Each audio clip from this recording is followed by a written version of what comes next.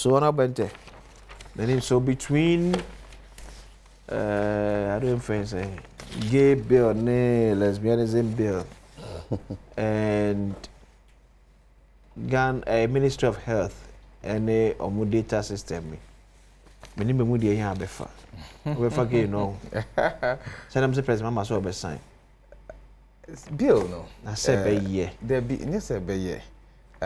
Say in fact as it's now me I'm on the business committee there's a discussion we go as to say president beat me e dia aye no foforo na say de wo ho na yetimi eto aso. We have had a discussion here way out. When we need make sir. Okay. Yes say omo ye bill no could do president enim president dada enim one sign it. Parliament that sa parliament na ye mra sa mra e say sa bill no agu.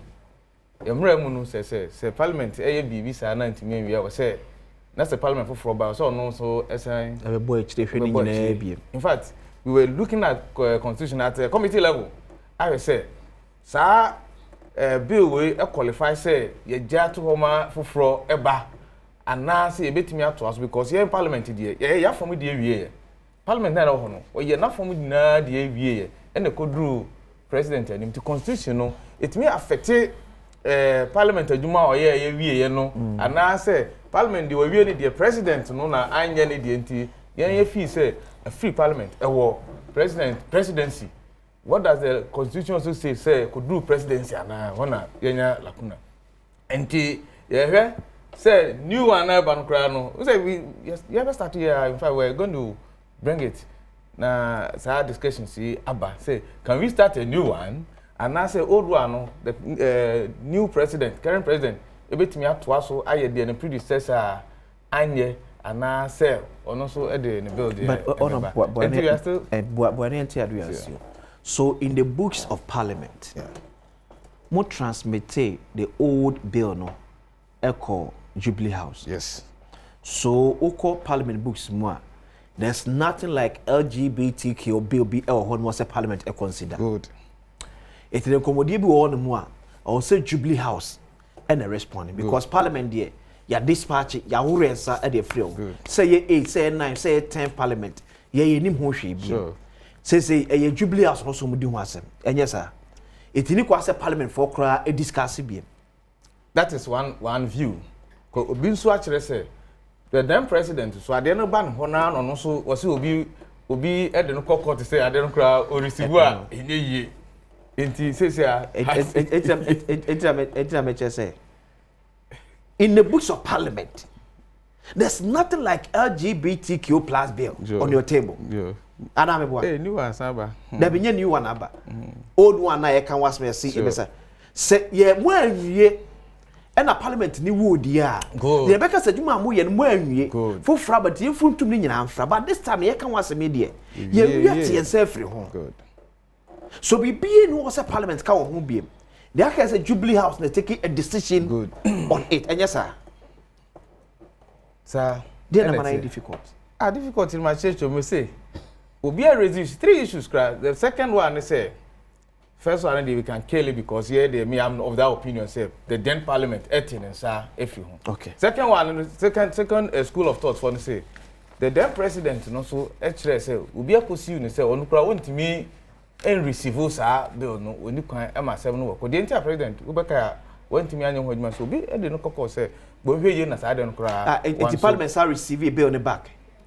My process I'm on the committee. But what let me just say omo de ko na Jubilee House omo nye no parliament sir receive a bill on the back na. Then the third school for no say can a parliament with a sitting president pass a bill and then a different parliament's president come to sign it?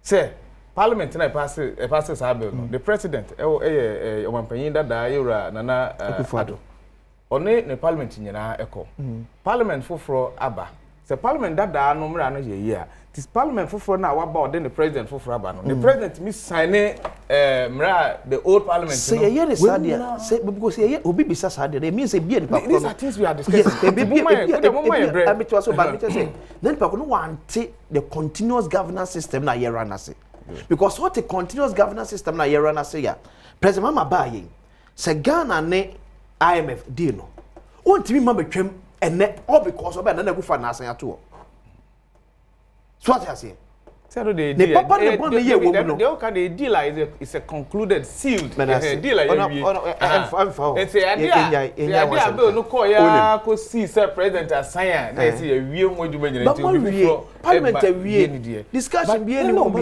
issues now me raising you know me I'm telling you say we're going to table the new one because from that school of thought on feel say baby am dey name no crop when you raise some deal with LGBT no but you know no man kasa because I'm telling you the president aka say no so he wanted to modify Obiaka from Professor University ABC Obiaka don't worry you will get them MP say ready oba konkoma kasa mu a yeka bibi say OPU you na abo mamambo okay OPU you na abo mamambo chese antoa da antoa da na wada sawate won the way all kasa o si nentia na akufu ado antimi ansan no okay obi di na court o kasa wo constituency before 2024 election an kasa o se na ado omuji trumu enti na one sign but I never when you can but and ask you now we say you are very unfair na me person oti ase say His Excellency John Dramani Mahama okay no nya candidate keke okay no your former president okay and o say o share clergy ofre o mu akukuda o say me ba me sign but I say on a member of parliament Malaysia what can that constituency say na man here me no kuno enu bi na we but so you be see na ya beto so adum ka bom ku ebre na edu so you be see me do say